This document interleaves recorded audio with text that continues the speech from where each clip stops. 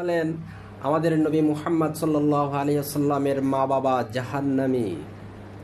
রাসূলুল্লাহ সাল্লাল্লাহু আলাইহি ওয়াসাল্লামের নবুয়াত প্রাপ্তির পূর্বেই তারা ইন্তেকাল করেছেন, সুতরাং কালেমার দাওয়াত কালেমা তারা পড়তে পারে নাই।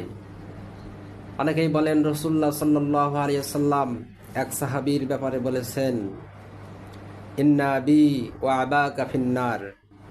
এই হাদিসের উপর ভিত্তি করে অনেকেই বলেন আমাদের নবী মুহাম্মদ সাল্লাল্লাহু আলাইহি ওয়াসাল্লামের মা বাবা জাহান্নামী। আরে ভাই, হাদিস তো বিভিন্ন রকমের। হাদিস তো জয়ীফ হতে পারে, হাদিস জাল হতে পারে, হাদিস বিভিন্ন কোয়ালিটির। হাদিসে আছে থাক, তারপরেও আমরা কেন বলবো আমাদের নবী মুহাম্মদ সাল্লাল্লাহু আলাইহি ওয়াসাল্লামের মা বাবা জাহান্নামী? এটা বলতে তো আমাদের খারাপ লাগে। আমরা যদি ইতিহাস থেকে শিক্ষা নিই তাহলে কি দেখি? আমরা যদি ইতিহাসের দিকে তাকাই তাহলে কি দেখি?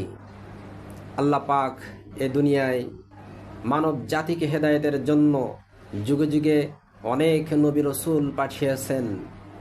একজন নবীকে যখন পাঠাতেন, আরেকজন নবী আসা পর্যন্ত ওই নবীর আইন কানুন, ওই নবীর ধর্ম বলবৎ থাকতো। নতুন নবী আসার পরে নতুন নবীর ধর্ম আইন কানুন নতুনভাবে চালু হতো। হযরতে ঈসা আলাইহিস সালাম এর তিরোধানের পর থেকে মুহাম্মদ সাল্লাল্লাহু আলাইহি ওয়াসাল্লামের আবির্ভাব পর্যন্ত সময়কে আইয়ামে জাহিলিয়া বলা হয়, এটা সবাই জানে। ঈসা আলাইহিস সালামকে যখন আসমানে উঠিয়ে নেওয়া হয়েছিল, ঈসা আলাইহিস সালামের ধর্ম, ঈসা আলাইহিস সালামের আদর্শ তো উঠিয়ে নেওয়া হয় নাই।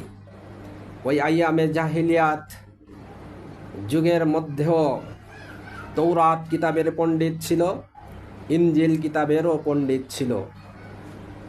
ওই আইয়ামে জাহিলিয়াতের মধ্যে এক শ্রেণীর মানুষ, তারা আল্লাহকে বিশ্বাস করত, আল্লাহর একত্ববাদকে স্বীকার করত। তারা কোনো মূর্তির পূজা করত না, তারা কোনো খারাপ কাজ করত না।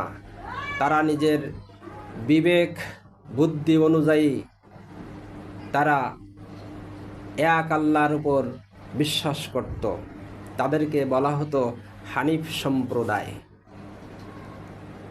তাহলে আমাদের নবী মুহাম্মদ সাল্লাল্লাহু আলাইহি ওয়াসাল্লামের মা বাবা তো ওই হানিফ সম্প্রদায়ের মধ্যে ছিলেন। হযরতে ঈসা আলাইহিস সালামের অনেক উম্মত তো জান্নাতে যাবে।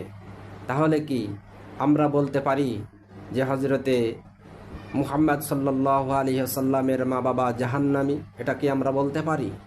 আমরা তো একথা বলতে পারি যে হযরতে ঈসা আলাইহিস সালামের উম্মত হিসাবে আমাদের নবী মুহাম্মদ সাল্লাল্লাহু আলাইহি ওয়াসাল্লামের মা বাবা জান্নাতি।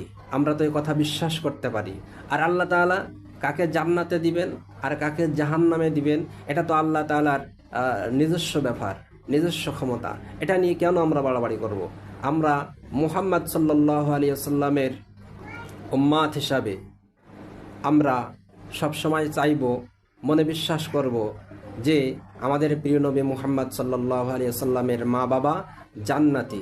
এটা আমরা ধরে নিব, এটা আমরা মনে করব। আল্লাহ আমাদের সঠিক বুঝদান করুক। আল্লাহুম্মা আমিন।